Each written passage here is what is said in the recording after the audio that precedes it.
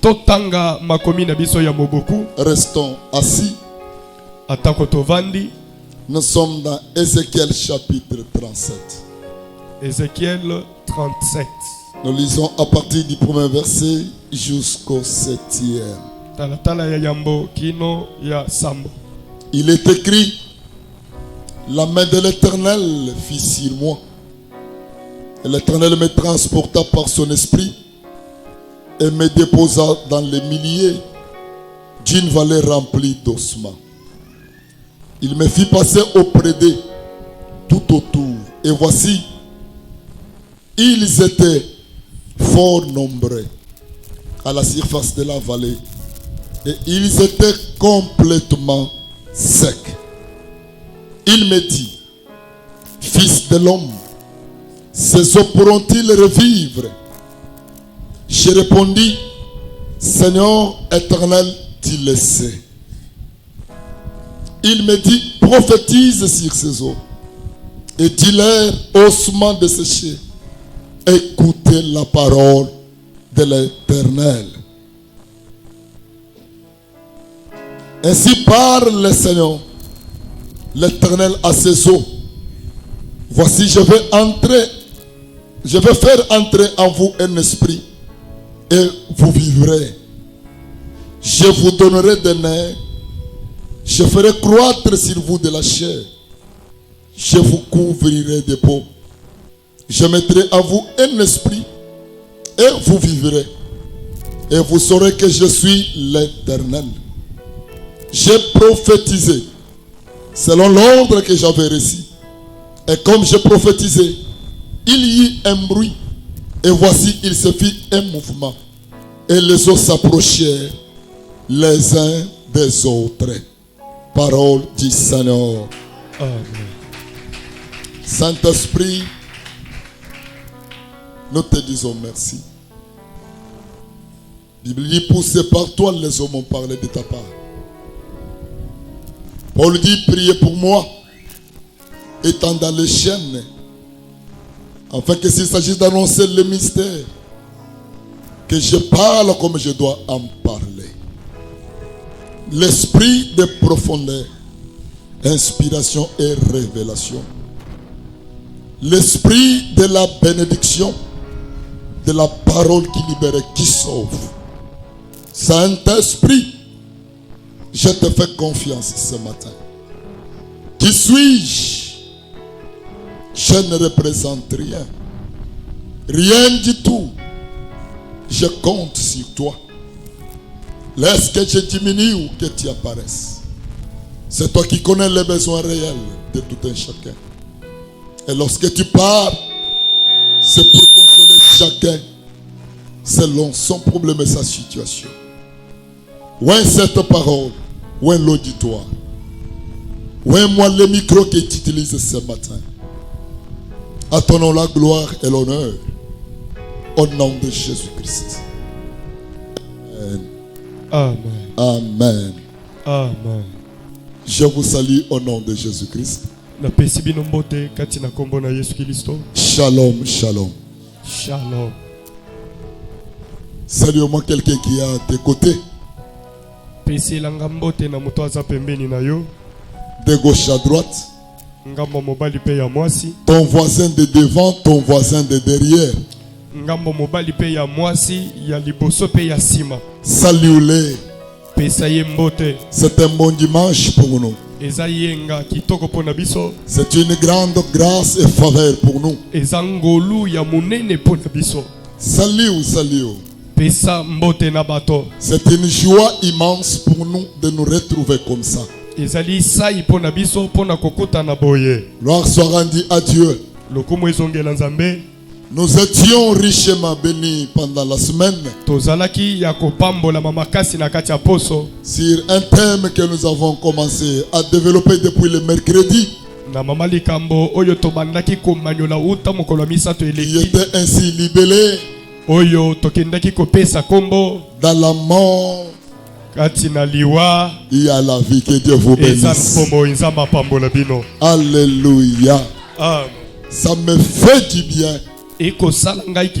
Tellement du bien kitoko makasi. Lorsque je prononce ce thème, Tango nako manyola na munoko na ngai en mama prononçant likambo. ce thème, Nakolobela mama likamboyo. je sens combien ce thème est en train de m'impacter. Nako yoka boni mama likamboyo ekolendisanga. Et en prononçant ce thème, Nakolobela yango. que ce soit pour toi comme un sujet de prière, Ezala pona yo lokola mama likambo ya losambo. prononce-le pas comme un slogan, Kolobela yango lokola li solote. mais prononce-le avec conviction. Kasi okolobela yango na kosuki Et sama. pendant que tu prononces ainsi, Ezali yo kolobela yango bongo. il y a un impact que ce thème est en train d'apporter dans ta vie. Ezana lilendi simunene oyo mama likambo ezomema na bomo Dans yezali. la mort, Kati na liwa il y a la vie.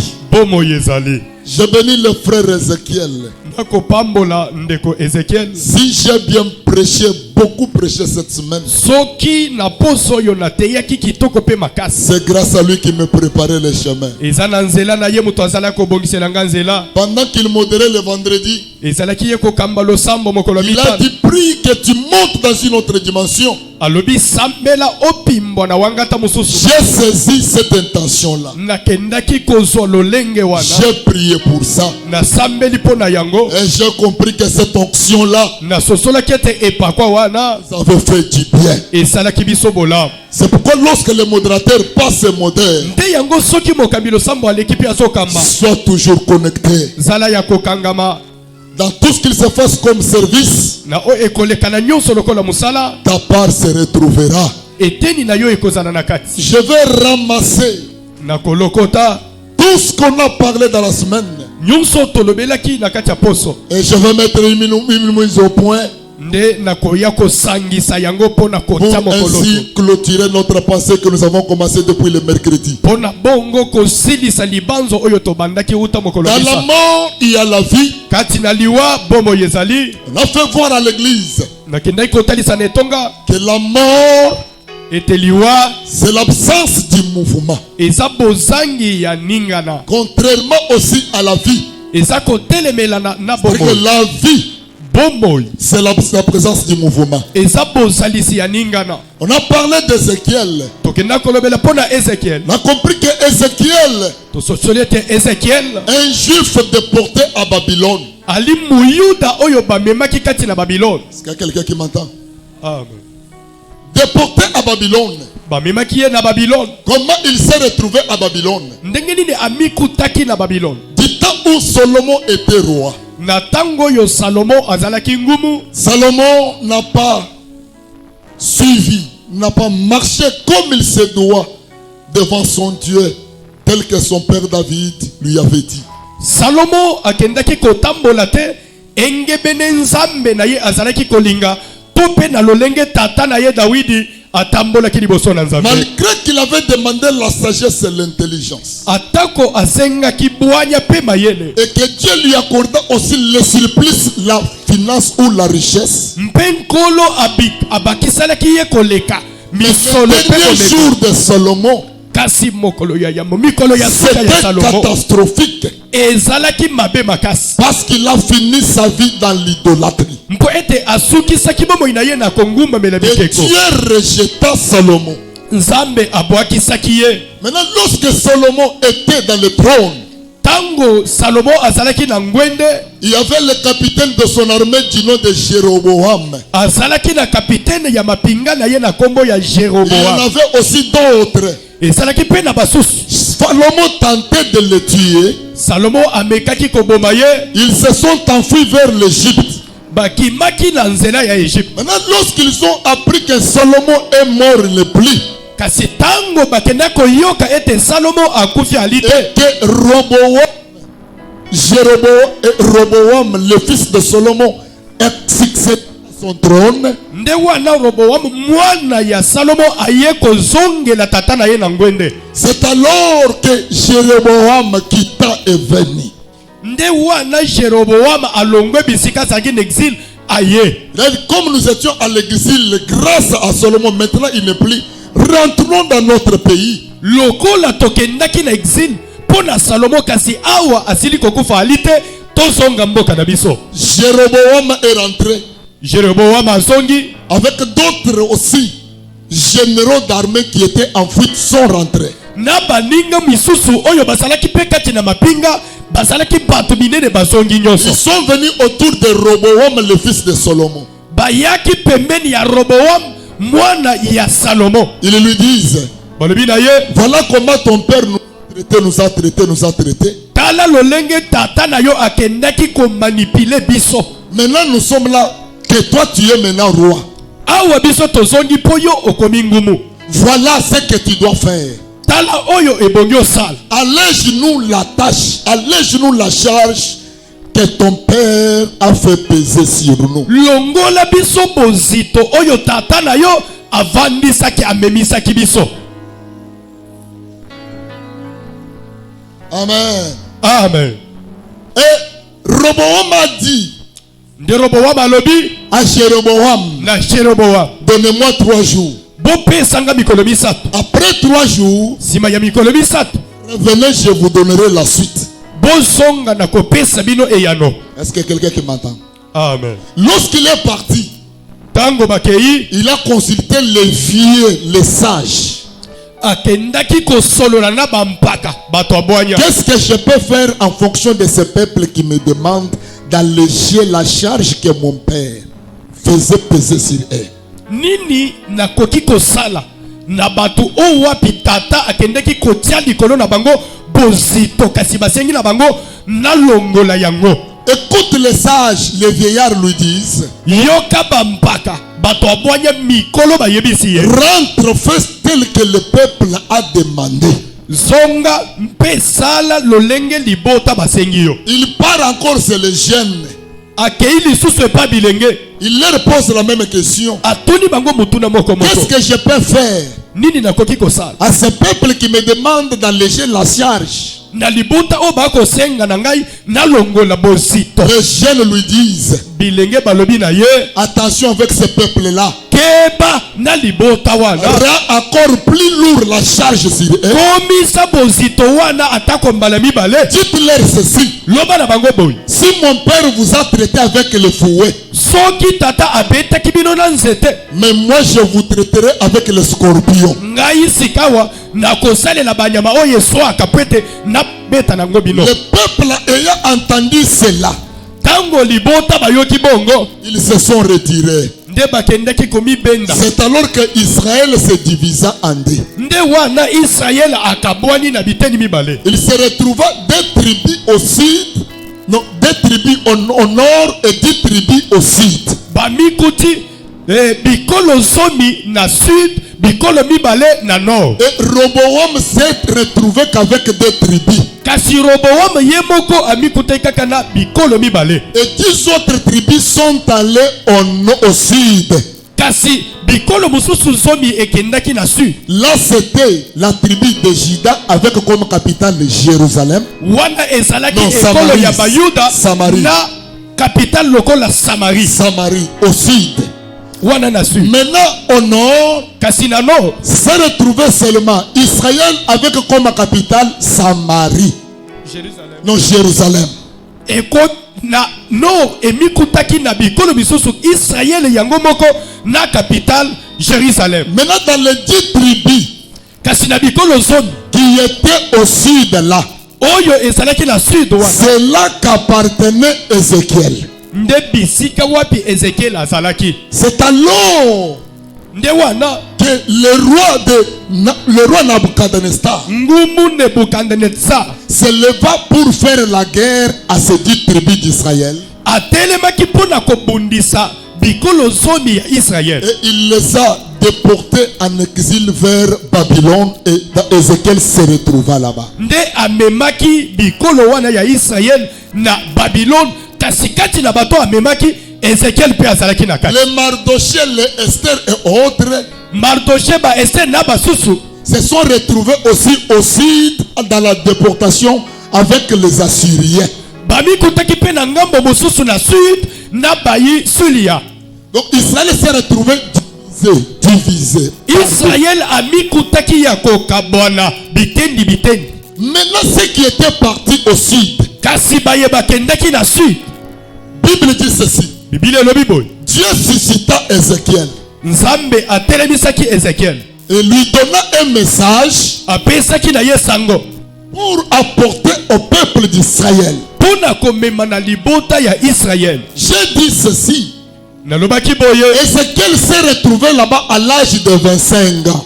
Ezekiel amikutaki kati na bowumbu wana na ekeke ya 25 ans. Et à l'âge de 30 ans, Kasi tango akokisaki 30 ans. il a commencé à servir Dieu. Nde abandi kosalela Nzambe. Il a fait que 20 ans dans le service. Asalaki kaka mibu. Donc 50 ans après, il est mort. Nde 50 ans sima aye kokufa. Mais son épouse est morte bien avant lui. Kasi mwasi na ye akufaki yambo ye akufa. Ézéchiel, je te dis ceci. Ezekiel na yebisaki oboyi. De par son nom, Kolandisa makombo na ye. signifiait Ekotalisa. Yahweh nous fortifiera. Nkolo akolendisa biso. L'Éternel notre force. Nkolo bokasi na biso. J'ai dit à l'église, Nalobaki netonga. Dieu suscita Ézéchiel Nkolo atelemisaki Ezekiel. qui signifiait la force Oyo esala kotalisa makasi. pour apporter le message de fortification au peuple d'Israël. Pona komema sango ya lilendisi ya makasi na libota Israël. Parce qu'Israël, Kwete Israël. à l'exil où ils étaient, Kati na bowumbu bisika basalaki. ils n'avaient plus d'espoir encore. Basalaki nelike lisusu te. Ils n'avaient plus de foi. Basalaki na kondima te. Ils n'espéraient à rien encore. Basalaki kolika na eloko te. C'est alors que Dieu suscite Ézéchiel Nde wana Nzambe atelemisi Ezekiel. pour leur apporter le message que j'ai Pona komemela bango sango. J'ai dit que Ézéchiel, Nalobaki ete Ezekiel. chapitre 7, Chapitre 7. son esprit Kolandisama molimo na ye. et le récit de cette pensée Mpe makomi ya libanzo oyo. parle de la restauration future d'Israël. Ekolobela pona kobongisama oyo ezali koya ya libota Israël. Parle de retour d'Israël Ekolobela pona bozongi ya Israël. dans la gloire messianique. Kati na nkembo ya Mesia. Mais nous l'exploitons évangéliquement. Kasi lokola tozomanyola yango na lolenge ya kopalanga. J'ai souligné un point très important. Nakenda kotia mokoloto na eloko moko ya motuya. J'ai dit malgré Lolobaki atako. la terre étrangère, Mabele ya bapaya. malgré Atako. qu'il était visiteur, Basalaki bapaya. mais une chose, Eloko moko. cela n'a pas empêché à Ézéchiel d'annoncer la bonne nouvelle. Yango ezangisaki Ezekiel pona kopalanganisa sango te. N'a pas empêché à Ézéchiel Ezangisaki Ezekiel te. de travailler pour son Dieu. Pona kosala pona kobima. J'entends quelqu'un dire gloire au Seigneur. Gloire au Seigneur. Est-ce que quelqu'un peut acclamer le roi des rois? J'aimerais que tu acclames très bien le roi des rois. Malgré cela, Atako yango. Ézéchiel a fait l'œuvre pour laquelle Dieu l'avait amené. Asalaki musala o wapi nkolo amemaki ye. J'ai souligné un point pour dire à l'église. Nalobaki na etonga pona koloba boye. Nous comme enfants de Dieu, Biso lokola bana Nzambe. comme serviteurs de Dieu, Lokola basali na Nzambe. comme chrétiens et chrétiennes, Lokola bakiliso ya basi pa ya partout mibali. où nous nous retrouvons, Bisika nyonso tokomi kuta. il n'y a pas de parti pris à nous. Tala eteni ya kebiso toza batu ya ekolo boye ezalaka te. Je répète et je reprends. Na bandeli pe na so pe etasete. Enfants de Dieu que nous sommes, Bana na Nzambe ndenge tozali. il n'y a pas d'appartenance de tribu pour nous. Ezalaka na likambo ya ekolo te. Est-ce qu'il y a quelqu'un qui m'entend? Amen.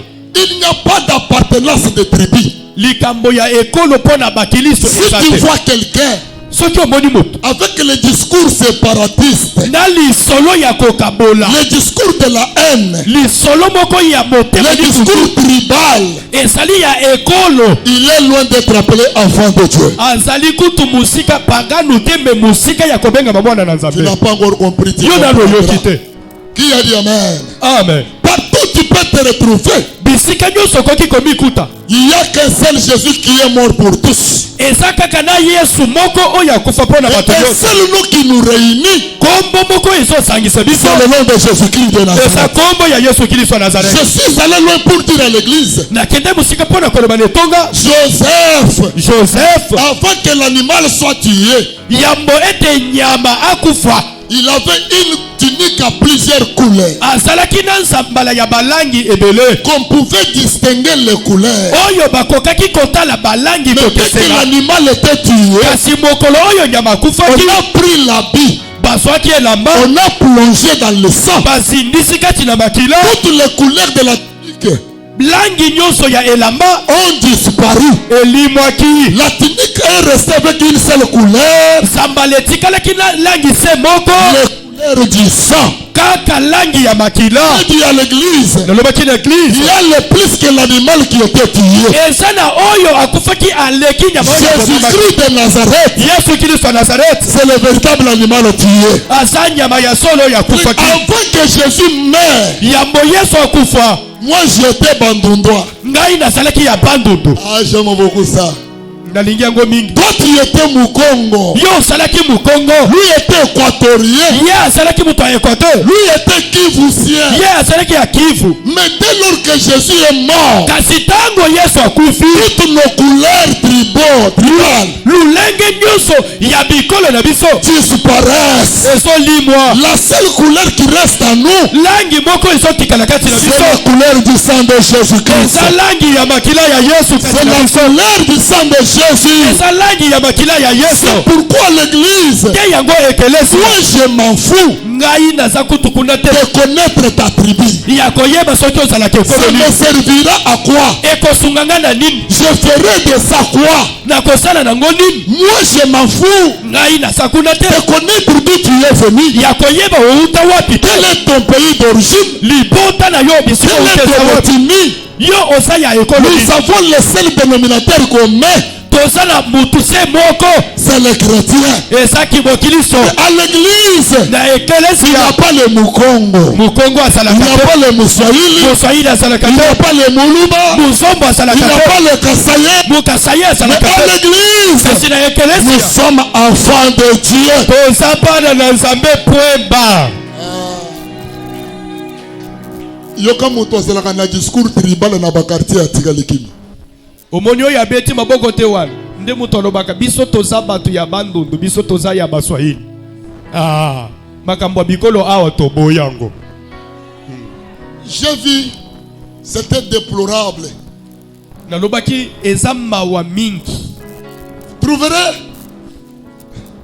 du moment où l'actuel président a accédé au pouvoir, na ntango oyo mokonzi ya mboka oyo toza na ye sikoyo une akotaki église na en boko Djili, une église en Djili, ekelesi ya moko na njuli l'église s'est divisée. ekelesi ekabwanaki L'église s'est divisée. ekelesi ekabwani Les serviteurs se sont retirés, basali bamibendi d'autres se sont retirés. basusu babendani Ceux-là disent bamisusu que balobi nous sommes de Bandundu, oyo biso tozalaka ya d'autres nous sommes de Kassai. oyo bisusu Même à l'église, atako na ekelesi ça ce n'est pas l'église. wana ezalaki bor na bango Bolukelango kombo mususu. nous devons chercher un autre nom ce n'est Parce pas que l'église l'église pete ekelesi doit avoir un seul discours. ebongi ezala na lisolo moko Le discours de l'unité.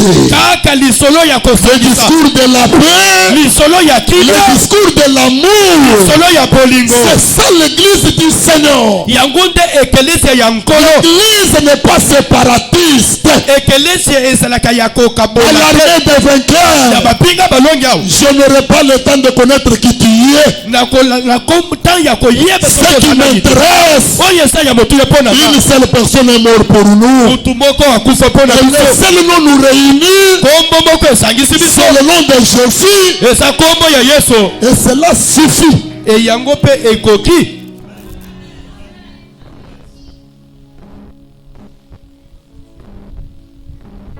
Amen. amen Nga mwana nanga kobala muluba te.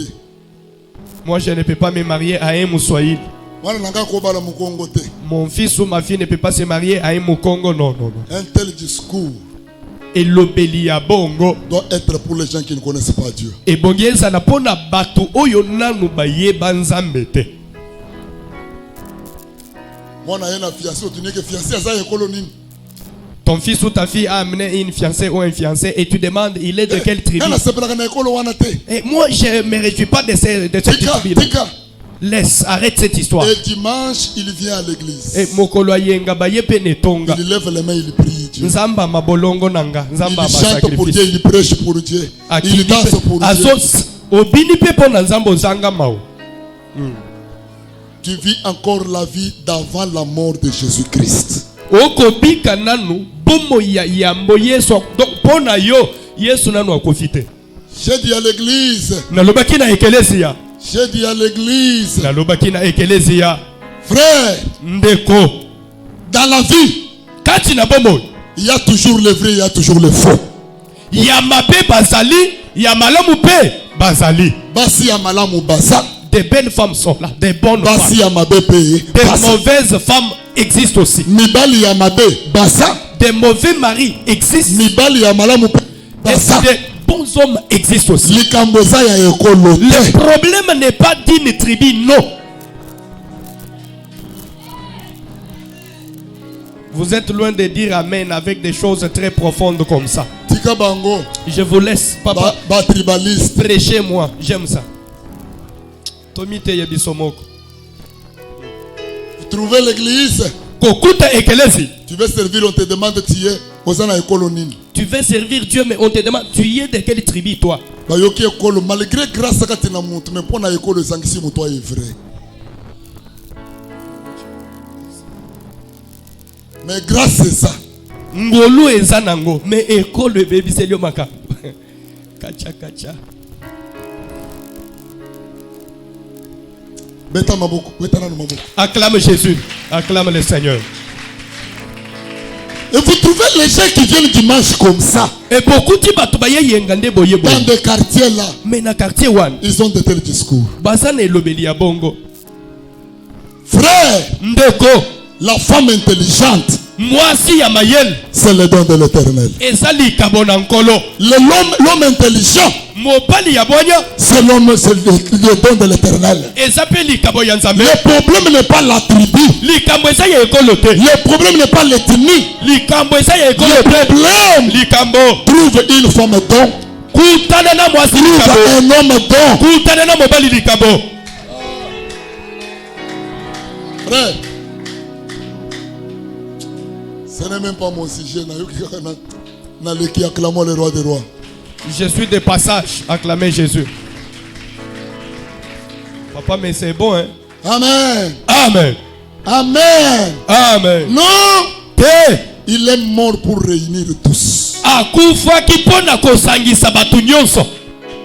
Ce que yoki mutuna discours wana yebisaye ke yo tu vis encore la vie d'avant la mort. Si tu entends quelqu'un avec un discours séparatiste, tu lui diras, toi tu vis encore la vie de parce que la vie d'après la mort de Jésus puis c'est bomo ya simaliwa Yesu. fait de nous chrétiens. Et ça la biso ba Kristo. Tel qu'il est, c'est tel que moi je suis. Ndenge ye aza ndenge pe. Tel que lui est là, c'est tel que lui est là. Donc biso nyonso toza ndenge moko.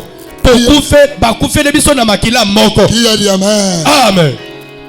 Lokola mwana nanga ben ayelinga mwasi na tuniyeke. Mwasi on essaie de nini ko bale. Ça c'est comme mon fils Ben là, quand il va atteindre l'âge de se marier, il m'amène une femme et je lui dis, elle est de quelle tribu? Non mais. Maintenant qu'est-ce que je dois lui prêcher? Na kote ya nini?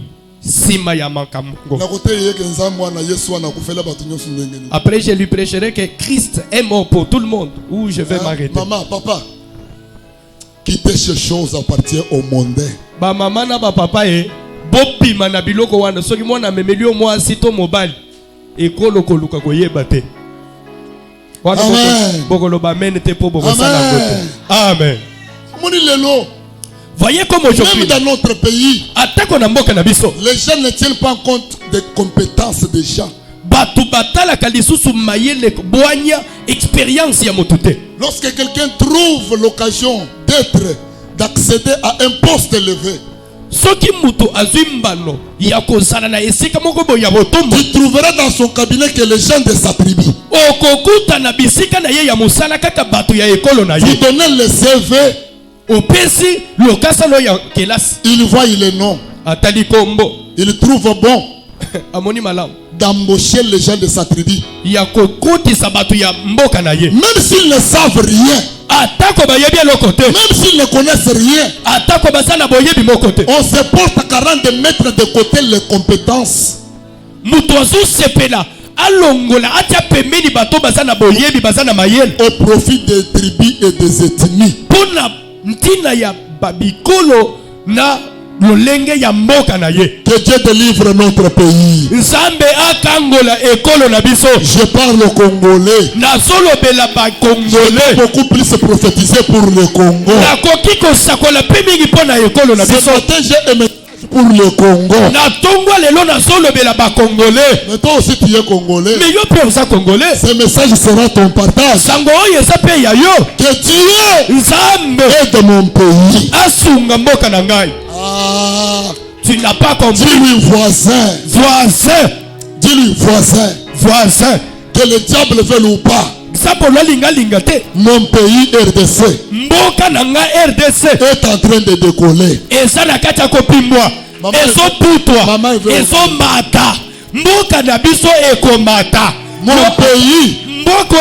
est en train de décoller. Que le diable veuille ou pas, ce pays ici sera le premier pays puissance économique en Afrique. Voilà les Rwandais, voilà les Burundais. Je prophétise pour le Congolais. J'ai un message prophétique pour le Congolais. Je lève ma main. La RDC est en train de décoller. Est en train de décoller. La RDC, que les gens méprisent. Ce pays ici, parmi les puissants pays en Afrique, dans 5 ans, 10 ans, on parlera de la RDC. De la RDC. Je prophétise sur ce pays. Dans 300, dans 5 ans, les conditions sociales s'amélioreront. Les conditions sociales changeront. Je prophétise pour la RDC. Là-bas, un pays puissant. Comme la RDC. Nous serons les premiers sur le plan économique, sur le plan militaire, sur le plan financier. La RDC sera le plus grand pays. Ceux qui quittent la RDC aujourd'hui pour aller en Amérique, pour aller en France, pour aller en Afrique du Sud, dans 5 ans, 10 ans, les Français viendront ici. Les Américains viendront ici. Les Sud-Africains viendront ici. Parce que Dieu de la Bible est en train de restaurer la RDC. Je crois à la RDC. Les salaires des fonctionnaires vont beaucoup s'améliorer. Les salaires des fonctionnaires vont s'améliorer. Je prie que le Dieu de la RDC élève la RDC sur le figuier international. Wow! Amatisa RDC na lolenge ya mboka minene. RDC ekomata. Mboka ekomata yo tikali na sete. Mboka mati yo pe o mati. Fils de l'homme, mwana na moto, ses eaux pourront-ils les revivre? On me demande, José, cette RDC, est-ce que pourra-t-il revivre? J'ai dit oui Seigneur. Oui Seigneur. RDC sera un pays puissant. RDC sera un pays béni. RDC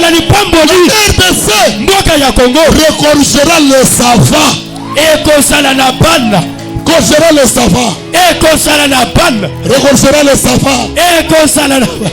La première personne. Tala batu ya liboso mine. Qui m'ont donné amen. Oyo ba pesinga amen. Que cette prophétie soit leur partage. Lisako oyo saleteli na bango. Cette prophétie soit leur partage. Lisako oyo sala ya bango. Frères et sœurs. De commencer de Komoban. Nous vivrons dans un pays. tokobika na mboka oyo où les routes seront bien construites. banzela ekotongoma ya kitoko. Nous vivrons dans un pays tokobika na mboka où oyo il n'y aura pas garage de oyo courant. tokokelela mai atako lutuliki Nous te. vivrons dans un pays tokobika na mboka oyo où il y aura des partenaires puissants bénis richement. wow oyo biso moko tokoza bapartenere nzambe akopambola Je lève ma main na tombo loboko na ngai dans la vallée d'ossements desséchés. kati na loboko ya mikuwa ekauka RDC où il n'y a pas de travail. o bisika bato basala misala Le te temps arrivera ntango ekoya où les investisseurs oyo bainvertisseur vont se faufiler la porte de venir investir ici. bakowelela ekuke ya RDC mpona Je parle de l'Orient et de l'Occident. nazobenga na oria mpe na occident L'investisseur à venir. bapesi misolo baya Les investisseurs viendront. bapesi misolo bakoya Maman, je te dis, mama nalobi na yo si toi tu n'as pas trouvé le travail, soki osi mosala te mais le temps de tes enfants, kasi ntango ya bana na tes yo enfants travailleront. bakosala Tes enfants travailleront. bana na yo Tes bakosala enfants auront de l'argent. bana na yo bakozala na Tes mbongo enfants auront de bons boulots dans ce pays. bana na yo bakozala mosala kitoko na mboka oyo Non, toi tu n'as pas compris. yo yoki te Toi tu n'as pas compris. yo yoki te Je te dis ceci. nalobi na yo boye Dieu, nzambe en plaçant nakotia Ézéchiel dans les ossements desséchés, na loboko ya mikuwa ekauka c'était avec objectif ezalaki na ntina de pouvoir transformer la vallée. ya kobongola loboko L'armée de vainqueurs, mapinga balongi le type que nous sommes, yoka nde mais tosala nous pouvons transformer la RDC. tokoki kobongola RDC Pendant que je parle, esali ngai koloba que Dieu bénisse mon pays. nzambe apambola mboka na ngai Que Dieu bénisse le président de la République. nzambe apambola faci beto Que Dieu bénisse le gouvernement. nzambe apambola gouvernement Que Dieu bénisse les militaires. nzambe apambola bambolobolo Que Dieu bénisse les policiers. nzambe apambola bapolisier Que Dieu bénisse toute l'administration nzambe apambola baye bazokamba mboka na ngai civile de mon pays. basivili ya mboka na ngai bapambwama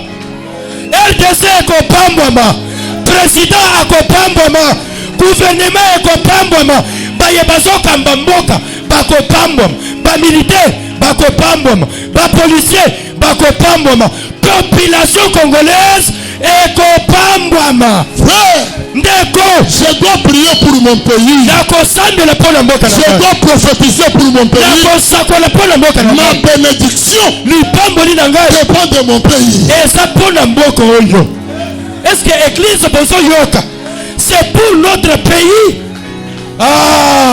Congo ekobonga Frère, ndeko s'il y a les hommes de Dieu soki oza na basali na nzambe qui porteront l'évangile baye bakomema sango malamu dans le monde entier, na mokili mobimba ça sera le Congolais. ekozala bakongole Ça sera Yando Rachakaraboros. Rosakaraborosha.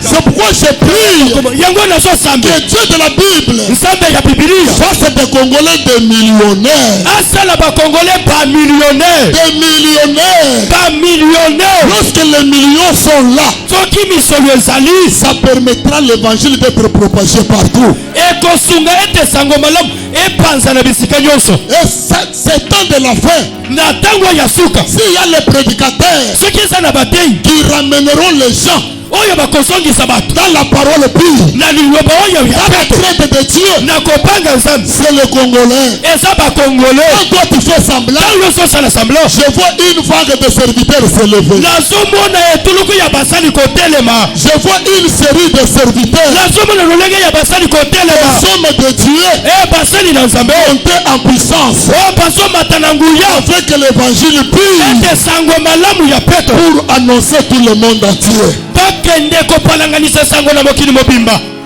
Nzambe Wow. amusape vina yo. nzambe apangusa mpo moi na yo Fils d'homme, mwana na moto ces eaux mikuwa oyo pourront-ils revivre? ekoki kopika lisusu Je te dis, Ézéchiel placé dans la vallée, nayebi so ezekiel afandisami na lopoko là où il n'y avait pas la vie, bisika mpo moi eza te là où il y avait le désespoir, bisika kobungiseliki ezali on lui demande, batuni ye ces eaux pourront-ils revivre? mikuwa oyo ekoki kobika lisusu Il dit, Seigneur, tu le sais. alobi nkolo yo oyebi On lui dit, prophétise, nzambe ayebisi esakola parle, loba que les ossements, ete mikuwa écoutez boyoka la parole du Seigneur. liloba ya waseko Pendant qu'il prophétisait, tango azosakola la Bible dit, Biblia elobi je vous donnerai des nerfs. nakopesa bino matoi Je prie nazosambela que la mentalité des Congolais soit renouvelée. ai mabanzo ya bakongole ekela masika Que la mentalité des Congolais soit renouvelée. mabanzo ya bakongole ekela masika Ceux qui tuent les Congolais, oyo ezopoma bakongole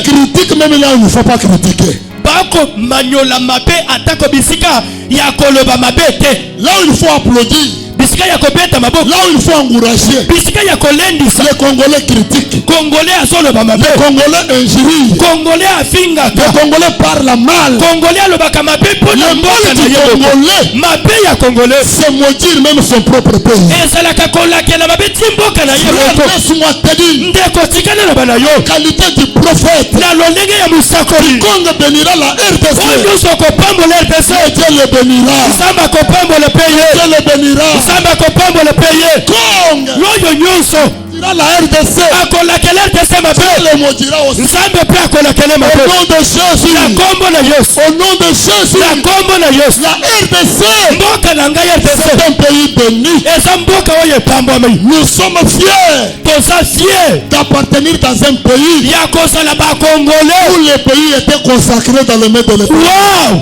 toza na esengo ya kozala na mboka oyo ekabama na maboko ya nzambe Où le trône de la RDC, oyo ngwende ya mboka na biso ce n'est pas l'occultisme, eza lokitisme mais te c'est Dieu qui règne. eza nzambe moto azorenye ai non non non non non Vous savez, esi boyebi les Belges en construisant ce pays, babelge ntango babanda kotonga mboka oyo les Belges, babelge tellement qu'ils ont les occultistes, lokola baza bato ya soloka la franc-maçonnerie, bato ya soloka c'est leur obédience. yango nde misala na bango Partout où il y a les ronds-points, bisika nyonso banzela esangani na ils ont moko construit avec la marque de la franc-maçonnerie. bakendaki kotonga na lolenge ya soloka Tous les pays, tala mboka mobimba voilà comment les Belges tala ndenge nini babelge avaient construit la RDC. bakende kotonga mboka oyo Tous les ronds-points que vous voyez, bisika banzela nyonso il esangani y a la marque de la franc-maçonnerie. eza kaka na bilembo ya C'est pourquoi il a fallu un moment nde yango ebande kosenga ntango moko qu'un chrétien se lève à la tête du pays. munzantu yesu ete mokilisto moko atelema lokola motelemeli ya Pour mboka qu'un oyo jour, po ete mokolo moko Seigneur, nkolo nous te donnons le trône de la RDC. aloba ete nkolo topesi yo ngwende ya rdc Règne dans le trône. kende kokonza na ngwende Au moment où na ntango wa Dieu régna le trône, nzambe azwi la ngwende puissance de l'occultisme est anéantie. nguya ya bayisoloka ekoti na La mai puissance de la sorcellerie est anéantie. nguya ya kindoki ekoti na mai Si tu dis Amen, soki opesi ame la sorcellerie fuit, kindoki ezokima l'occultisme fuit, kisoloka ezokima la magie fuit. atako mashi ezokima Au nom de jésus wow wow je crois à la RDC yesu mokonzi ya kongo en voie de renaissance. yesu mokonzi ya kongo Je crois nazondima à la RDC na mboko ya rdc en voie de renaissance. yambo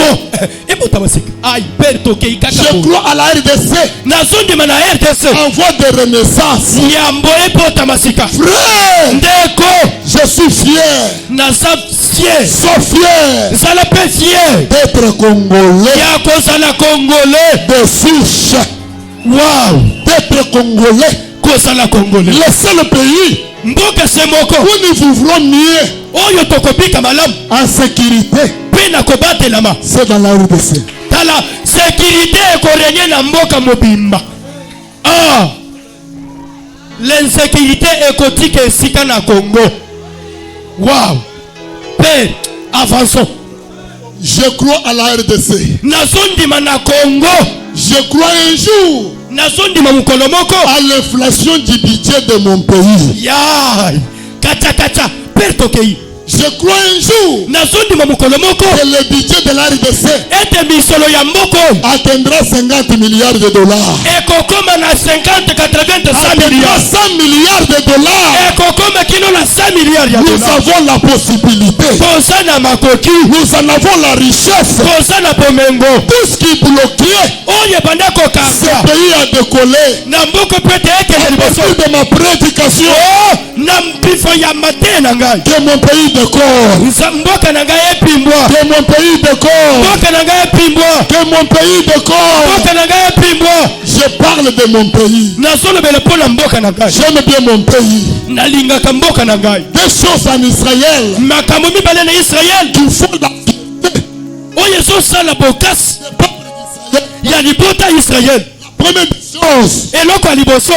paternité.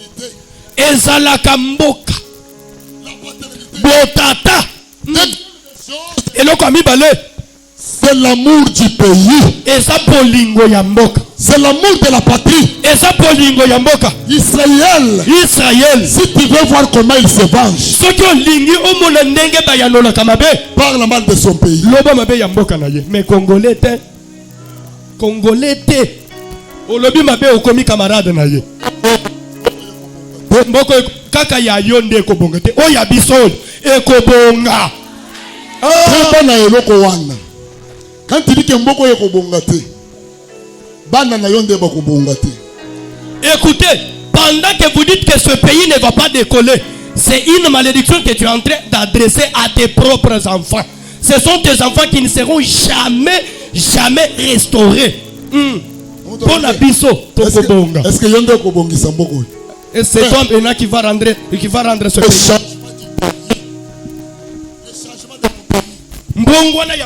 Ce n'est pas l'affaire du président de la République. Le changement de mon pays, c'est ta part, c'est ma part, c'est sa part, c'est notre part.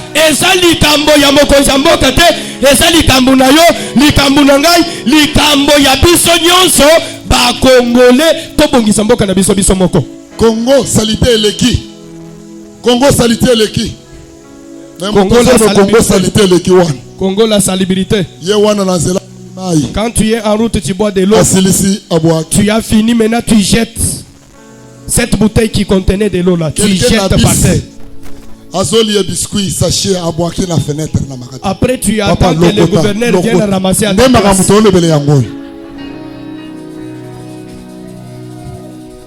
Acclamons le roi des rois.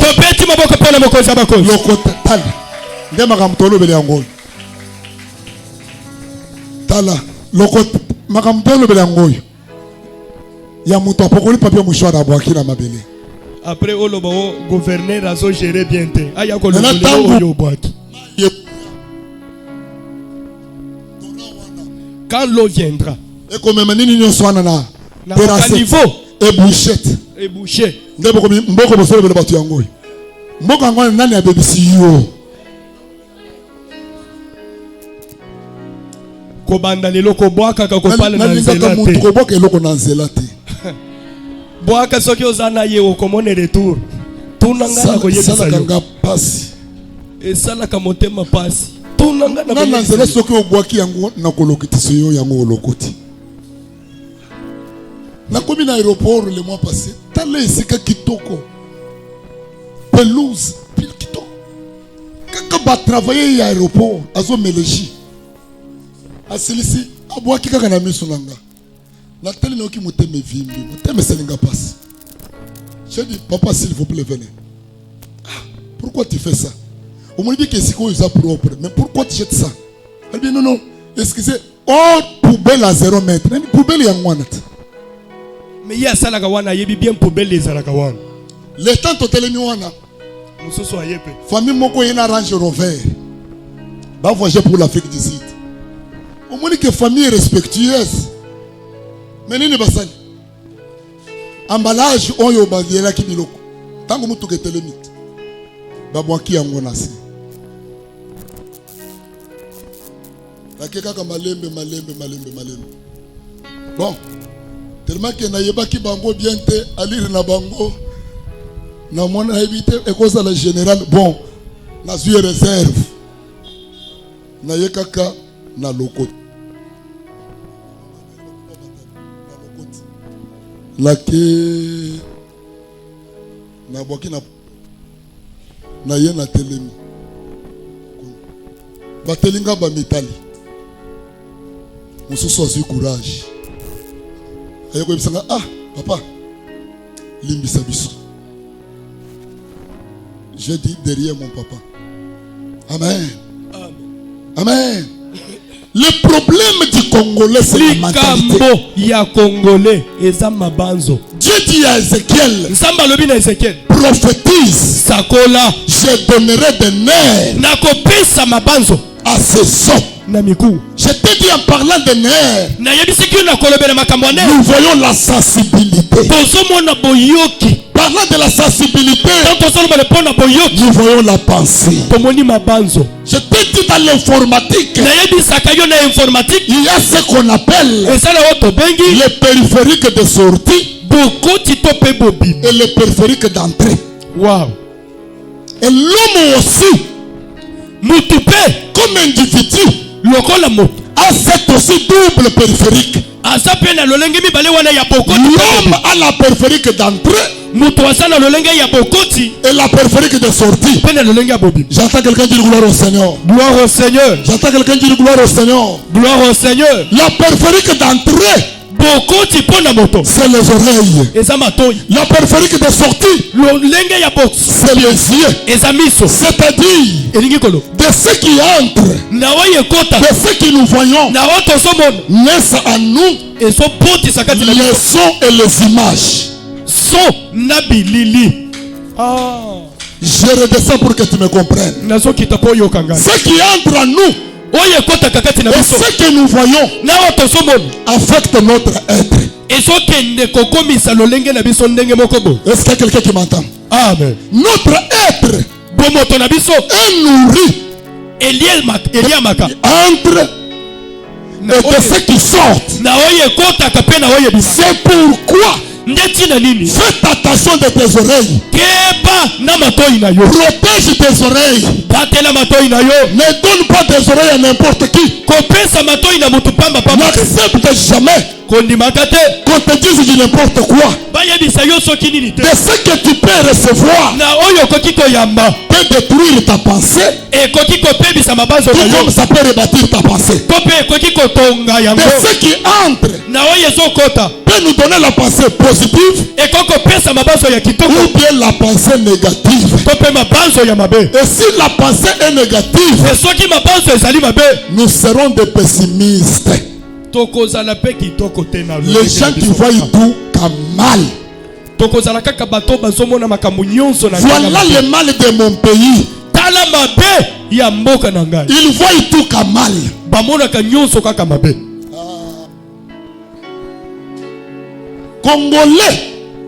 Congolais. Osala malamu babe to loma moko ba encourager yo te. Aso sala kaka mokolo ko sala mbeba. Ndeko so mbeba na yo wana ko tambola nango. Voilà la pensée de mon peuple que nous sommes. Frères et sœurs, soyons des Congolais qui ont une pensée positive, qui croient malgré le combat, mais la RDC sera toujours vainqueur. Aboya. J'ai affaire aux Congolais ce matin. Je parle pour mon pays. Je prophétise pour mon pays. Frères et sœurs, prépare ta pensée. Prépare ta morale. Comprends aussi que tu peux donner le meilleur de toi-même.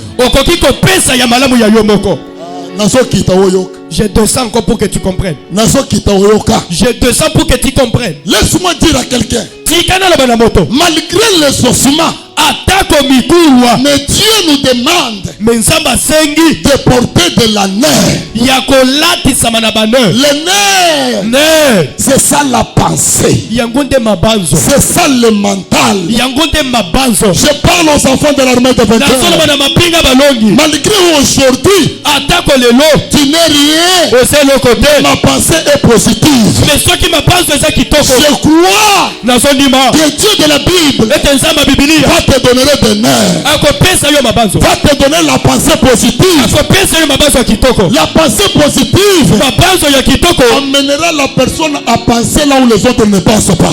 ekomema mutu amanyola apanza bisika basusu babanzaka te. Frère, Ndeko si d'autres échouent, soki mikolo mosusu ce n'est pas toi. eza yo mutu ozonya. Si ta mère a échoué, Soki mama ce n'est kakemi pas toi. eza yo te. Si ton voisin a échoué, Soki vaza ce kakemi n'est pas toi. eza yo te. Mais toi, Mais yo ranime ta pensée. tala bongisa mabanzo na yo. Comprends aussi que Sosola pe ete ce que les autres font, oyo basusu bazosala tu peux le faire kolekana bango. tu peux le faire même en les dépassant. Écoutez, ce que d'autres pays font, nous aussi la RDC, nous sommes à mesure de le faire et même les dépasser. Je suis venu Naye kolo révolutionner ton mental. kotombokisa mabanzo na yo. L'argent que tu vois d'autres toucher, Misolo oyo basusu bazosimba toi aussi tu peux le toucher. yo mpe okosimba yango. Ceux qui ont réussi, Baye balonga na vie ils n'ont pas fait l'examen chez Dieu. tala bakendaki kosala test epa nzambe te. Que personne ne te dise, Moto akosa yo te et toi dans cette famille ici, ete yo na libota tu oyo peux faire quoi? okosala nini Tu seras quoi? okozala nani. Ça c'est les hommes. wana eza bato Laisse-le parler. tika bango koloba. Lorsqu'il parle, ntango bazoloba détourne seulement ton oreille. longola matoi na yo epa na Ne bango. leur donne pas ton oreille. kopesa bango matoi te. C'est pourquoi même dans ton entourage, atako bato bazingeli yo vérifie avec qui tu marches, tala otambolaka na nani oyokaka avec na- qui tu partages. okabolaka na nani ayebisa Mutu pe mobimba. une personne tout entière. Yesu qui a fongoli monoko. Lui quand il ouvre la bouche Kaka découragement. il a toujours des découragements. Il te décourage. Mon cher, n'essaye pas. Olingo sala quand même les cam.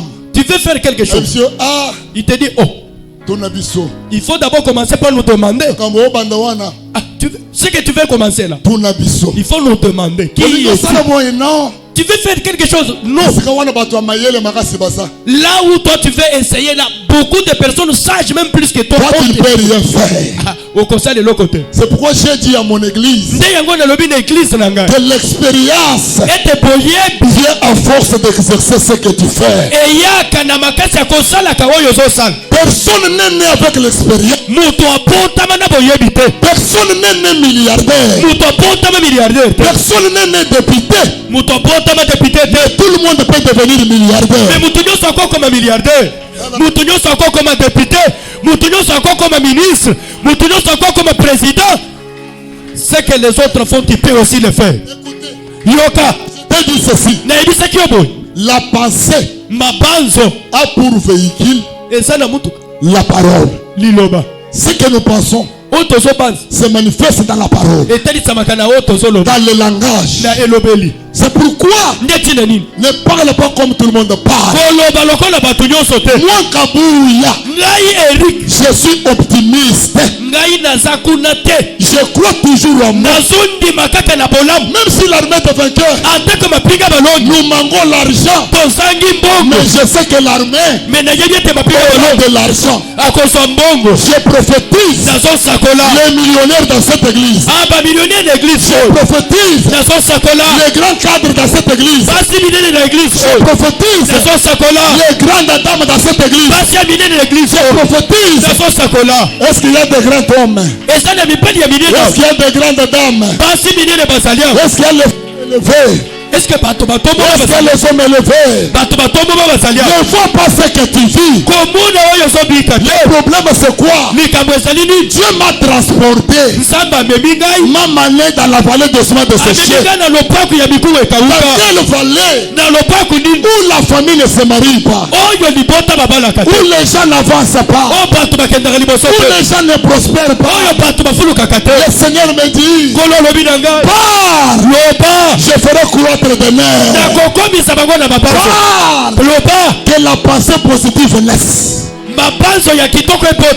Philippiens 4:8 Bible dit. Philippiens 4:8 Bible lobi. Tout ce qui est pur, tout ce qui est raisonnable, tout ce qui est saint, tout ce qui mérite la gloire, sont l'objet de votre pensée, sont l'objet de votre méditation.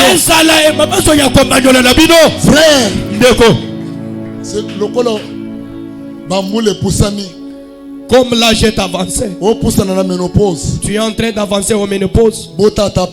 Il faut même, ma soeur, débrouille-toi et trouve un enfant. Sinon, mais voilà les pensées de l'homme. Débrouille-toi, trouve, mais tu es en train d'avancer vers la ménopause.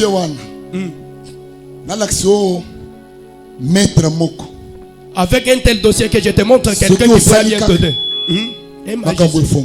Si seulement tu vas les consulter, tu verras que les choses vont bien avancer. De telles personnes ne donne pas de l'oreille que tu sois souillé. Protège tes oreilles. Rassure-toi. Malgré les ossements, dans la mort, il y a la vie. Il y a la vie. Il y a la vie. Il y a la vie. Là où rien ne bouge, un jour il y aura le mouvement.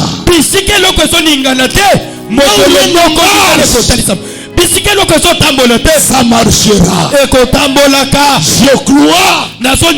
Il est le Dieu véritable. Le problème travaille ta pensée. Je te regarde dans ce pays. Nous avons connu le président Kasavubu. Si c'est D4, D3. Parce que c'était leur niveau du temps de Belge. C'est lui qui fit le bourgmestre de la commune qui a porté même son nom. Mais il a dirigé le pays. Amen. Amen. On a connu Mobutu. Qui était journaliste. Et vrai dans le journalisme. Mais voilà un moins. Du journalisme à la présidence. Pas de compatibilité. Moussé est venu. 30 ans au maquis. 30 ans dans la brousse. Qui connaissait rien de l'administration publique. Mais quand Mouzé est venu, 2 ou 3 ans, il a voulu changer les choses. Il a posé les bases. S'il avait fait 5 ans, il changerait la RDC.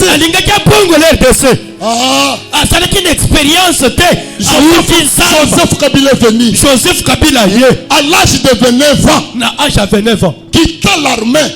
Sans notion de l'administration. S'est retrouvé président. 18 ans. Après Joseph, il y a Fatih qui est venu. Qui n'a jamais été même chef de la rue. Il n'a jamais été même bourgmestre. Même chef du quartier. Mais il s'est retrouvé à la présidence. Mais dans 3 ans, le budget quitte de 4 000 à 10 milliards et 11 milliards. C'est pour te dire, le problème n'est pas l'expérience de la vie. La Bible dit, le cheval n'était pas équipé pour la bataille. La Bible dit, la course n'appartient pas aux agiles. La victoire n'appartient pas aux guerriers. La richesse n'appartient pas aux sages. Mais tout départ d'Elohim. Tout départ du maître. Circonstance. Alléluia. Frère. Nous sentons. Maman. Oh! Tu peux quitter des $100. Okolongwa na $100. Tu te retrouves faire le Dubaï et le Chine. Omikuti na ba millions.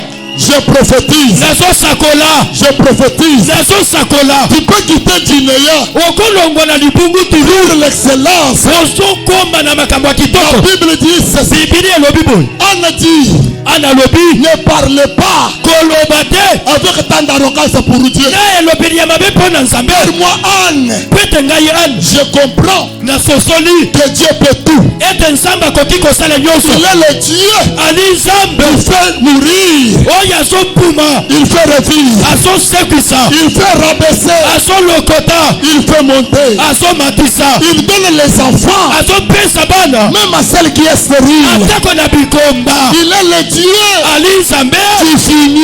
Na putulu. Il retire le pauvre. Azolongola De la babolo. poussière. Kati na putulu. Il relève l'indigent. Azotelemisa bato Il pasi. fait asseoir avec les grands. Avandisi bango na bato minene. Si tu dis Amen, Soki olobi amen. ce matin, Tongo oyo. que le décollage commence. Oh! Makambo ebanda sikoyo. Je prophétise Nazosakola. que le décollage commence. Ete makambo edekole Ce sikoyo. matin, Tongo oyo. l'armée de vainqueurs Mapinga balongi. commence à décoller. Ebanda kopimbwa. L'armée de vainqueurs Mapinga balongi. a pris la lyre du décollage. Ezwi lolenge ya kopimbwa. Je déclare Na à tatoli. l'armée de vainqueurs, Ete mapinga balongi. les hommes puissants sortiront. Bato ya nguya bakobima. Que Dieu Nzambe te donne le décollage apesa yo makoki ya dans kodekole. ton travail, Na musala na yo. dans tes business, Na musala na yo. dans tes affaires. Na musala na yo. Commence à décoller. Banda komata. Commence à décoller. Banda komata. Commence à décoller. Banda komata. Est-ce qu'il y a des gens qui peuvent décoller? Bato bakoki komata bazali awo. Il y a des gens qui peuvent décoller. Bato bakopimbwa bazali awo. Décoller, Kopimbwa c'est quitter eza kolongwa le niveau le plus bas makambo ya se pour atteindre les hauteurs. mpona kokoma na makambo ya Je milai. lève ma main, Natomboli loboko. je prophétise, Nasakoli. je déclare, Nazotatola. jamais Ata mokolo moko. tu ne seras la même personne. okosala mutu moko moko Je wana te. prophétise, Nazosakola. les millionnaires au devant de moi. Ah, bato ya milio liboso na ngai.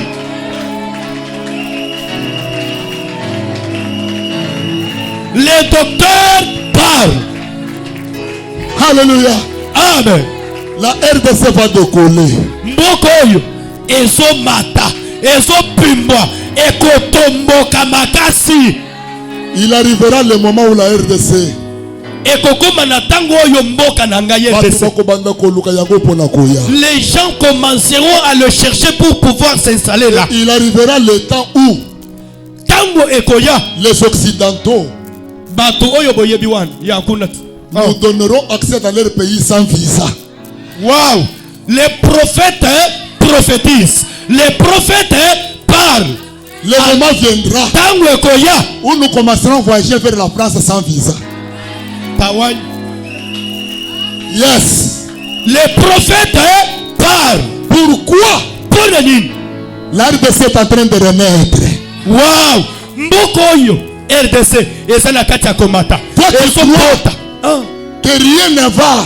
Yo so kanisa te eloko Je te ezokende. forme avec l'œil prophétique. Nazoyebisa yo lokola mosakoli. La RDC Na mboko oyo est sur les bases de décollage. eza na moboko ya komata. Que mon pays change. Mboka na ngai epongwana. Que mon pays soit béni. Mboka na ngai epambolama. Que les Congolais soient bénis. Bakongole Que bapambolama. les Congolaises soient bénis. Bakongole basi Au bapambolama. nom de Jésus. toi aussi, Yo pe tu peux devenir puissant. okoki kokoma pe Tu peux nguya. devenir grand. Okokoma pe munene. Tika kofanda kaka na ndako pamba te.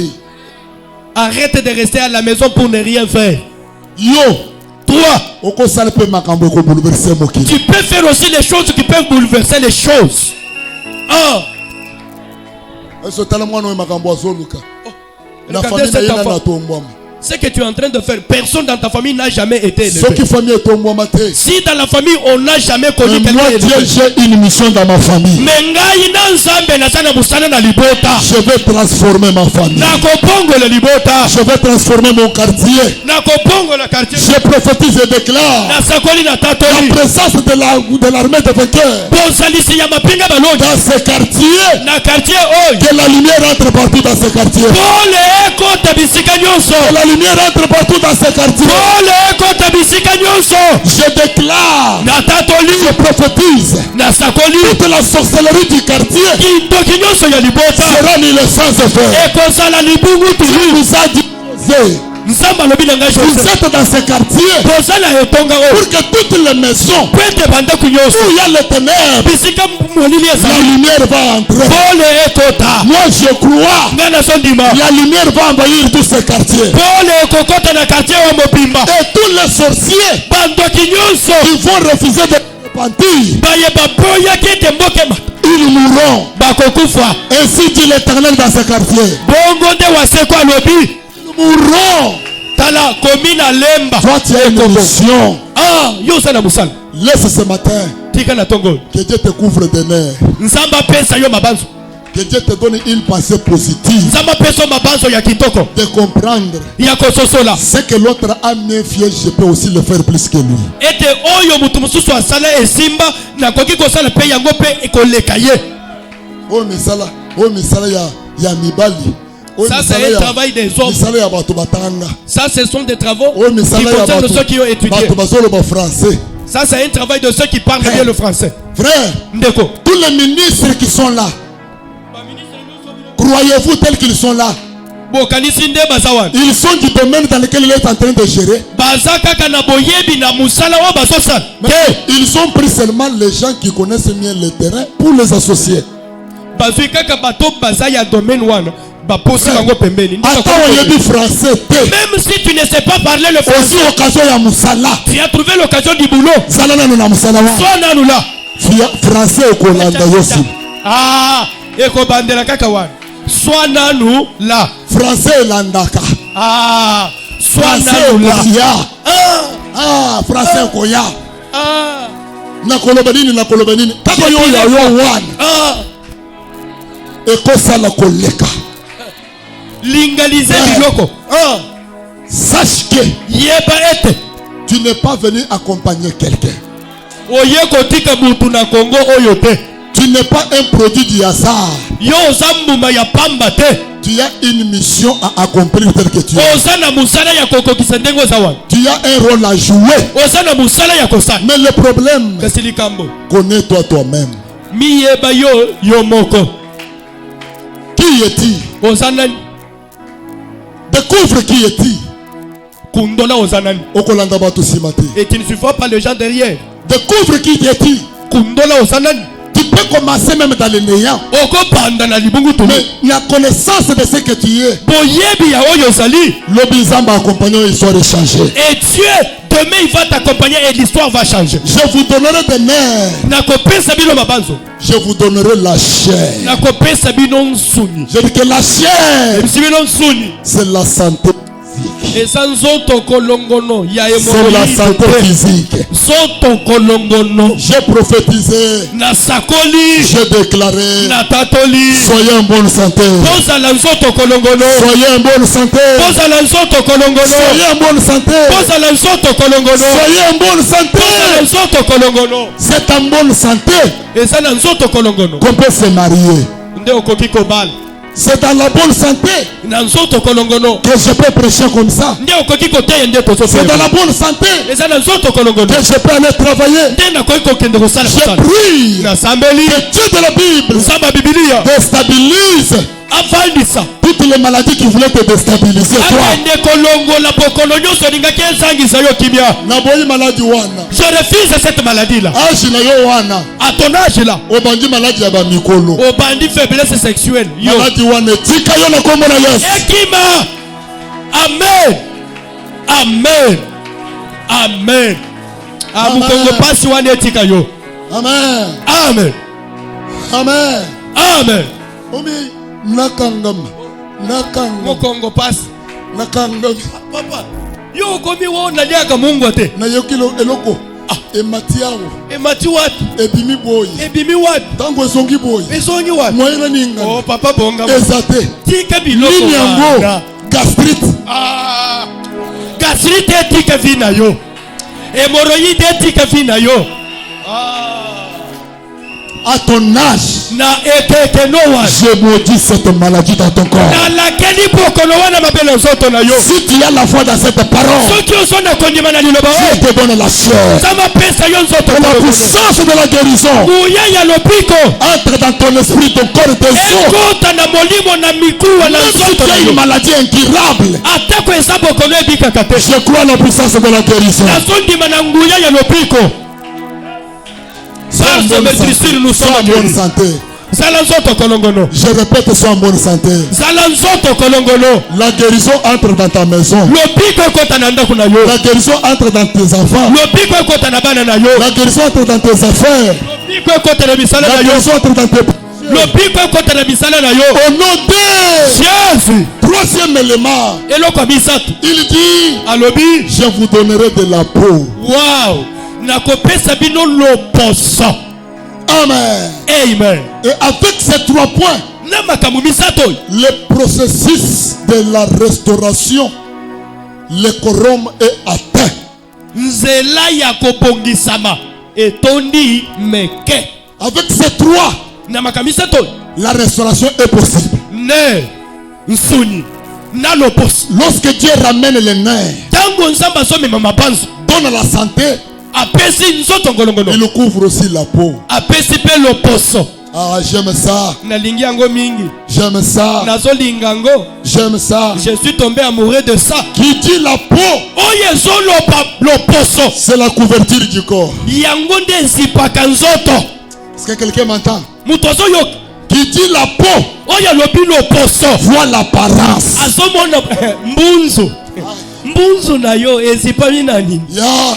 mbunzu wana Je prie, nasambeli après que les nerfs soient restaurés, nsima ya mabanzo kobongisa que ta santé soit rétablie, nzoto kolongono kitoko. que Dieu te donne la finance pour l'apparence. nzambe apesa yo misolo mpo na bonzenga. Boya, refuse moi je mourrai ngai nakokufa. proclamant la richesse et la bénédiction. nakokufa nazotatola bomengo na lipamboli. Moi, ngai j'ai pour référence ngai naza na référence mon père Abraham. tata na ngai abraham Il était béni. apambolamaki. Si toi tu refuses l'argent, soki oboyi miso tu veux que le ciel, olingi kaka lola tu as raison. oza na réseau. Tu as ton père Lazare. oza na tata na yo lazare. Tu as ton père Lazare. oza na tata na yo Tu lazare. as ton père Lazare. oza na tata na yo lazare. Il était pauvre, azalaki mobola mais il est allé dans le sein d'Abraham. me akendaki na tolo ya abraham. Oui, Eh, mais jamais dans la Bible, me na bibili ete on ne dit pas le Dieu de Lazare. nzambe mpe azalaka ya babola te. On dit que le Dieu d'Abraham. Dieu riche. nzambe ya On dit que abraham. le Dieu d'Abraham. nzambe ya abraham. On dit que le Dieu d'Abraham. nzambe ya abraham. Dans la vie, na pombo il y a les choses eza na biloko que seul l'argent peut donner réponse. kaka misolo nde ekoki koyandola. Que Dieu nzambe te donne de l'argent. apesa yo mbongo. Tu peux avoir un ministère. okozala na lotombo Les morts ressuscitent.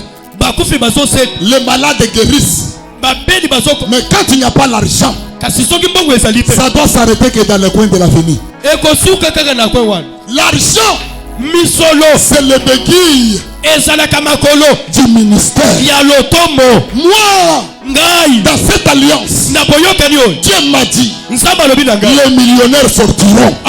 bato ya misolo bele bakobima. Dieu m'a dit, nzambe alobi na ngai les grandes dames sortiront. basi minene bakobima. Même si les eaux ata bato misusu sont secs, baza ya kokauka. même si par apparence, atako na mbusu tu n'as pas l'air de ça, oza na elongi na mais mote avec les yeux de l'esprit, kasi na miso ya molimo je vois au-delà du voile. nazomona libanda ya Je elamba. vois au-delà du voile. nazomona libanda ya elamba. Toi, yo tu n'es pas ce que tu es, oza oyo oza wana mais ce que toi tu es. me oyo oza. Rendez-vous dans l'avenir. amen.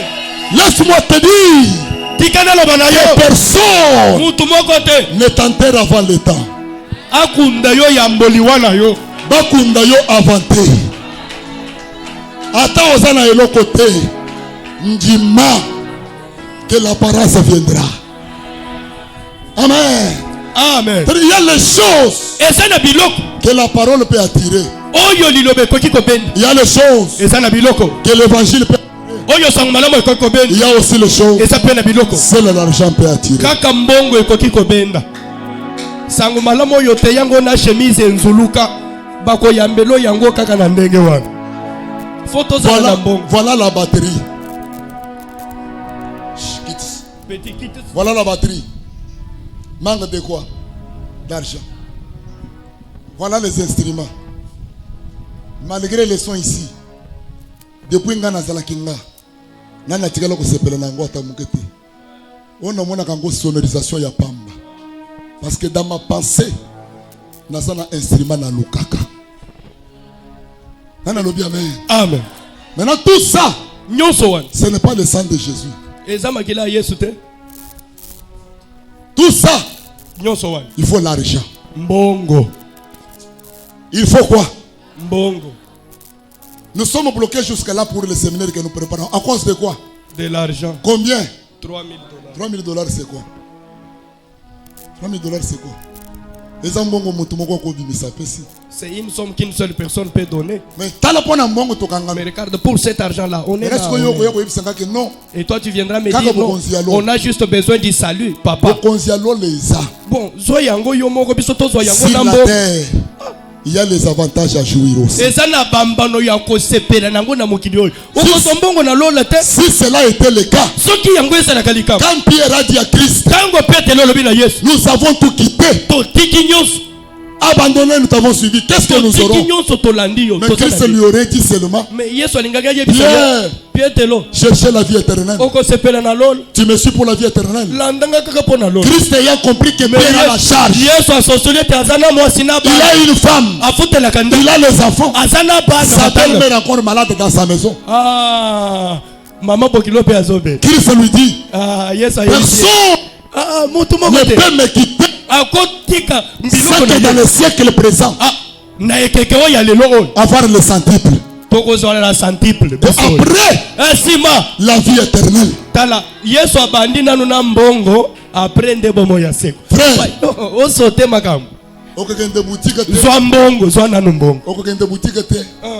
Le sang de Jésus. Au nom de Jésus, donne-moi. Jésus est mort à la croix. Donne-moi mbunda.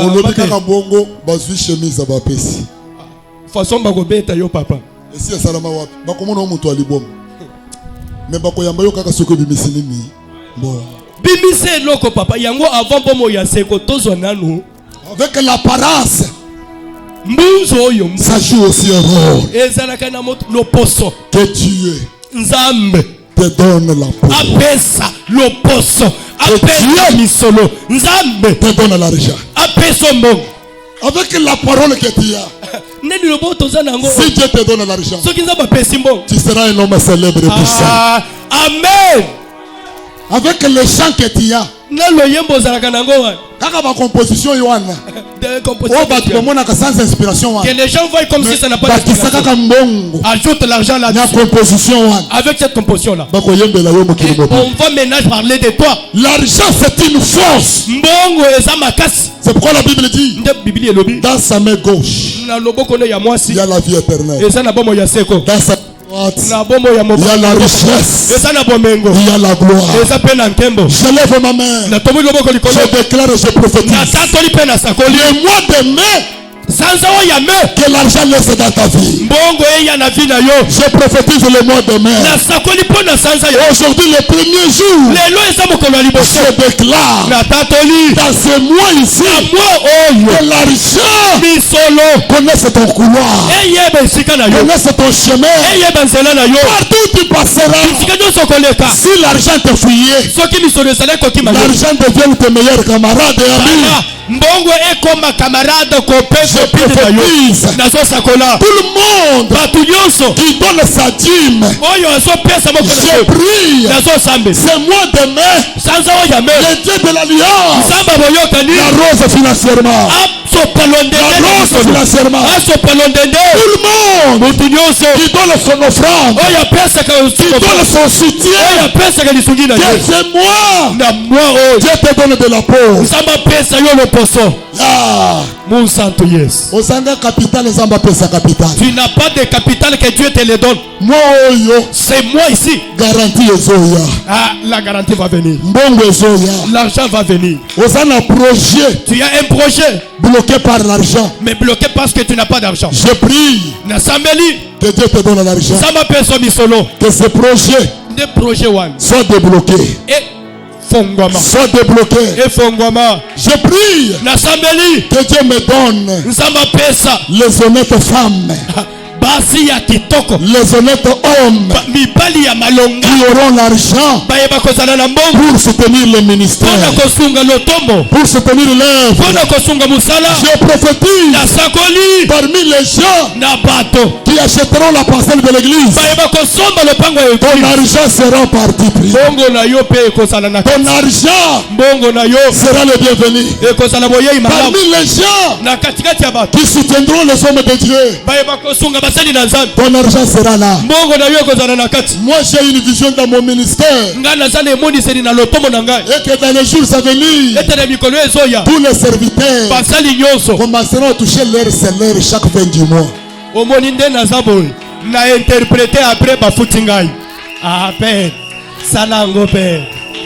Voilà mon ministère. Voilà ma vision. Voilà ma pensée. Le jour viendra où les serviteurs auront le salaire fin du mois. Le salaire là viendra d'où? Pas des partenaires des États-Unis. Mais c'est toi qui donneras. C'est toi qui donneras. C'est toi qui donneras. C'est toi qui donneras. Et le plus dernier, il aura $500 par mois. Comme le Patrick ici.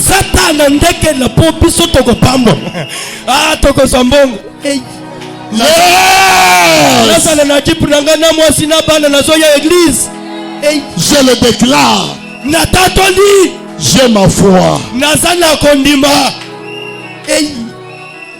Je ne vois pas les ossements séchés. Mais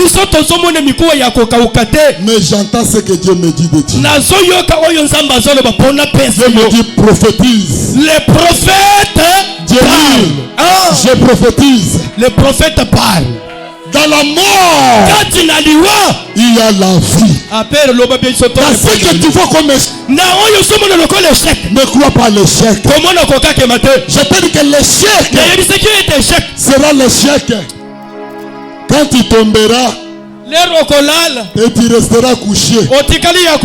Là on parlera de l'échec. Lorsque tu échoueras, tu seras divorcé, chassé du travail, mais tu restes couché. Là on parlera de l'échec. Mais lorsque j'échouerai, mais que je me leverai, il n'y aura pas encore l'échec devant moi.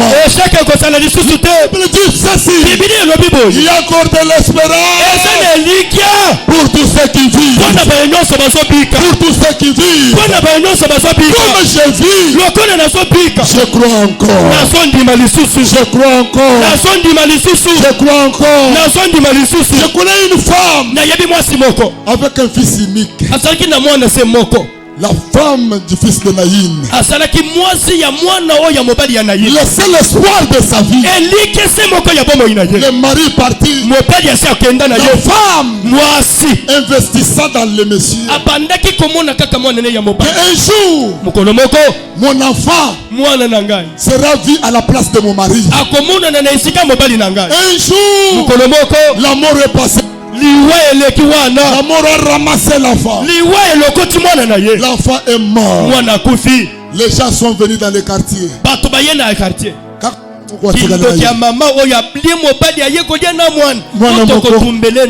Bon, maman Bijou, ne pleure pas.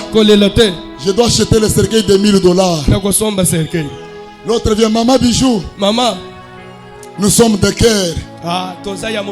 Ne pleure pas. Loin des yeux près du cœur. Je vais aller acheter le puits Ngana kosomba on nécropole. na nécropole. L'autre vient, maman ne pleure pas. Mususu aye Je vais tout donner na kopesa nyonso pour le deuil. pona matanga. Malgré Atako que le soutien venait, ete lisungi ezalaki koya. il n'y avait pas ce qui était plus grand que l'enfant. Azwaki eloko ya motuya koleka mwana oyo azalaki na ye. Malgré le soutien, Atako lisungi mais la maman me mama cherchait ce qui était cher. bande koluka oyo eza ya motuya. Je déclare ce matin, Na tatoli na poko ce qui était cher pour toi, oyo ezalaki ya motuya pona yo que le diable avait déstabilisé. oyo nzabolo akende kobebisa. Je déclare et je prophétise. Na tatoli mpe na sakoli Tu vas retrouver cela. okozwa yango Tu vas récupérer cela. okorekipere yango. Pendant que la maman pleure, Ezalaki mama kolela les gens du quartier viennent, bato ya quartier balobi prennent le cimetière. bazomema na Le cimetière cercueil est en train de chanter. bazokende Maman désespérée, mama eliki eza te sans espoir, aza na eliki te parce que c'était la mort. po ete ezalaki liwa Voulant sortir la ville, alingi abima na ville un cortège est venu nde cortège moko eye avec le fils unique na mwana ye se ye moko en vie na bomoi qui rencontre un cortège avec le fils unique mais mort. mais akutani na fils unique mpe lisusu me na ya Jésus ayant vu cette femme, yesu amoni mwasi wana il y eut compassion de la femme. ayokaki mawa mpo na ye. Il vous abibino déposez le cercueil. bofandisa Ah, eserke master. Yo, la karaboyi. alolenda ngo Yo, kaka boye. ya anini yango Déposez. bango babanda kokipe mbongo na Ah, déposez, bango malobi bon total le. bo totalele soki asali te tokobeta ye. Ya koluka mabanga bazoluka. Total le kokolekana. Ah, La maman, mama le monde na mokili mobili voyait la mort. bazotala liwa Mais dans la mort, ya la vie. la vie était là. Ah, La vie était là. dans la mort La vie était là. La vie était là. pombo ye ezalaki wana Dans ta maladie, kati na bokono na yo il y a la guérison. lobiko ezali Philippe, dans ta situation, na likambo na yo. on c'est là. Wow, Je te répète, nazobandela dans tes dossiers, na makambo na yo. la promotion est là. Ah, botombwami ezali Dans tes affaires, na misala na yo. les millions sont là. Misolo ezali ebele Dans tes enfants, kati na bana na yo. les députés sont là. baministre na badepute Dans bazali tes enfants, kati na bana na yo. grandes dames et grands hommes sont là. Le président de la république na badepute bakozala Déposés. Lorsqu'il dépose, ntango bafandisi ayant parlé, alobi le fils est revenu à la vie. mwana azongi na bomoi. Je prie ce matin. nazosambela na tongo Ce qui était cher, oyo ezalaki ya motuya qui était amené vers cimetière, oyo bamemaki na malita qui était amené vers cimetière, bamemaki na lilita balobi ke ye libala ekufi on a dit esili. comme il a divorcé c'est Mais fini. na tongo lelo, Mais ce matin cercueil ya bato bamema bolamu na yo, le cercueil de ceux-là qui avaient cercueil ya bato bamema projet na yo, wow. cercueil ya bato bamema ministère na yo. Quelqu'un le rencontre, mutu moko azokutana na leur dit déposer. botia na se. Et dans la mort, Il y a la vie, la vie est là. il y a la vie. Est-ce que tu peux acclamer le roi des rois? okobeta maboko mpona mokonzi ya Est-ce bakonzi. que tu peux acclamer le roi des rois? okobeta maboko mpona mokonzi ya bakonzi. Tu peux acclamer la vie. okobeta maboko mpona bomoi. Acclame la vie. beta maboko mpona bomoi. Acclame la vie. beta maboko mpona bomoi. Qui croit à la vie ce matin? nani azondima na bomoi? Qui croit que dans la mort il y a la vie? nani azondima ete kati na liwa Qui bomoi? croit que dans le néant nani azondima ete na libungutu quelque chose peut apparaître encore? eloko moko ekoki kotalisama. Qui croit que dans le désespoir nani azondima ete kati na kozanga l'espoir peut renaître encore? eliki ekoki kobotama La lisusu. Bible dit bibili elobi 3 jours, mikolo misato 3 choses biloko misato à ne pas oublier: ya kobosana te la foi, eza kondima l'amour bolingo et l'espérance. na elikia Car pete l'espérance elikia ne trompe jamais. ekosaka Et te. l'espérance, elikia c'est une personne. eza moto Et la personne, emoto Yahweh, satisfaction. yawe satisfaction mokonzi nsepelisa Sakarachi. munsantu yes munsantu yes. Zamba bomoi. Les dieux de la vie Asalongolo tongo alelo. qu'il te fasse grâce ce matin. Qu'il te fasse grâce à ces mois que nous avons débuté. Ce que janvier n'a pas donné. Ce que février n'a pas donné. Ce que mars n'a pas donné. Ce qu'avril n'a pas donné. Je crois que mai, il y aura la vie. Je déclare la vie. Au nom de Jésus. Est-ce que tu peux pousser les cris de joie? Est-ce que tu peux te lever, commencer à prophétiser la vie pour ce mois? Est-ce que tu peux déclarer la vie? Tu peux prophétiser. Commence à prophétiser. Commence à prophétiser. Commence à prophétiser. Dans la vie, il y a la mort. Dans la mort, il y a la vie. Prophétise dans la vie de tes enfants. Prophétise dans mon pays. Prophétise dans ta carrière. Prophétise dans ta profession. Dans tes études. Dans tes projets. Prophétise. Au nom de Jésus. Qu'ils te sont faits selon ta déclaration. Prenons place, acclamons le roi des rois.